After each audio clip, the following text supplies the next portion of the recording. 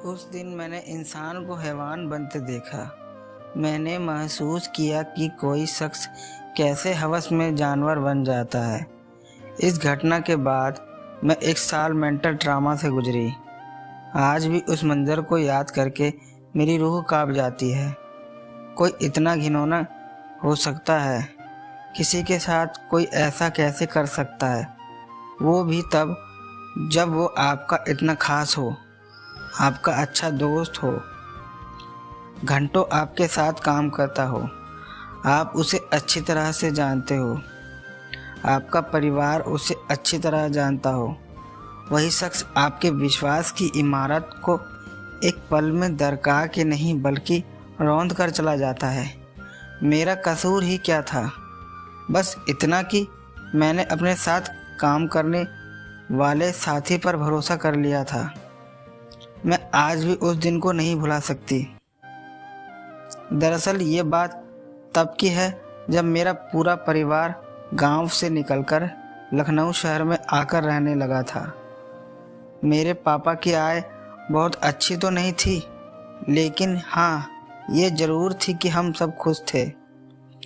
एक साधारण परिवार की तरह अपनी ज़िंदगी गुजर बसर कर रहे थे।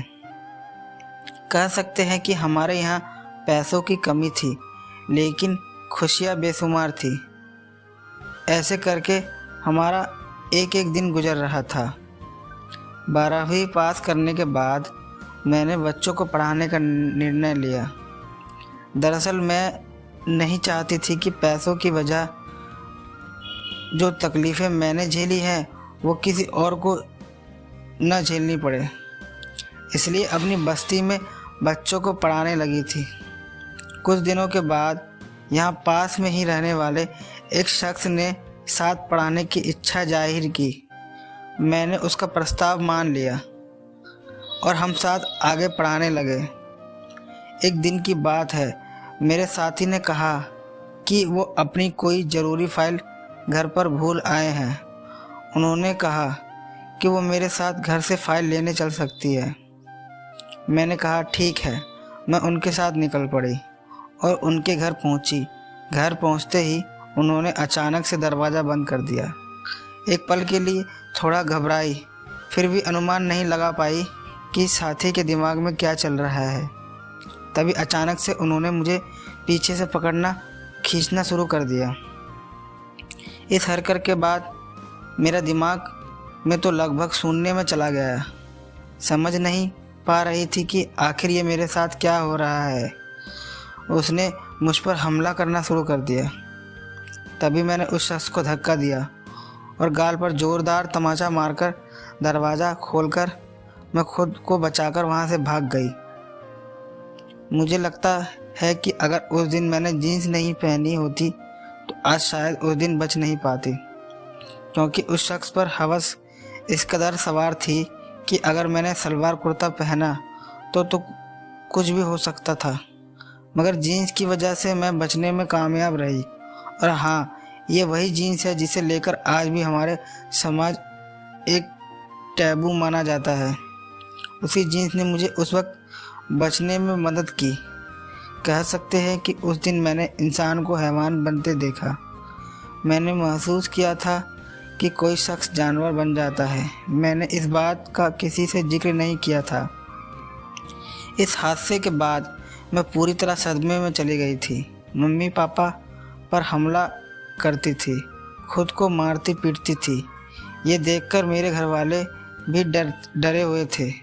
मेरा हाल ये देखकर पहले तो मम्मी पापा मुझे झाड़ फूक से देख लिया जाता है। खैर, काफ़ी वक्त के बाद जब एक डॉक्टर के पास मैं पहुंची, वहाँ 1 महीने तक एडमिट रहने के बाद मेरी हालत में सुधार हुआ। इन स्थितियों से बाहर निकलने के बाद मैंने तय कर लिया था कि हमें अपनी सुरक्षा के लिए खुद ही कुछ करना होगा। कोई हमारी मदद करने के लिए आगे नहीं आएगा। मैंने ये बात अपने पढ़ाने वाले लड़कियों से बताई। उन लोगों ने भी मेरा साथ दिया। इस तरह से रेड ब्रिगेड लखनऊ की नींव पड़ी। इसके तहत हमने लड़कियों की सेल्फ डिफेंस की ट्रेनिंग देना शुरू कर दिया। मगर यहाँ भी हमारा संघर्ष ख़त्म नहीं हुआ। हमारे संस्था को लोगों ने जान तो लिया था लेकिन कोई मानता नहीं था। लोग हम पर, हमारी लड़कियों पर फप्तियाँ कसते थे। दरअसल हम लोगों ने अपना एक ड्रेस कोड तैयार किया था, तो लोग कहते थे कि देखो लाल परियां जा रही हैं, देखो ये लोग दुनिया बदलने निकली हैं। मगर हमने अपना धैर्य नहीं खोया। हम लोग बस अपना काम पूरी ईमानदारी से करते रहे। हमारे पास तमाम लड़कियों की आती थी जो अपने आप बीती बताती थी, कैसे उनके साथ उनके मामा, फूफा, मौसी के बेटा, बुआ और बेटा ने गलत व्यवहार किया, उनकी मासूमियत के साथ खेला। उनके अपनों ने ही उन्हें धोखा दिया।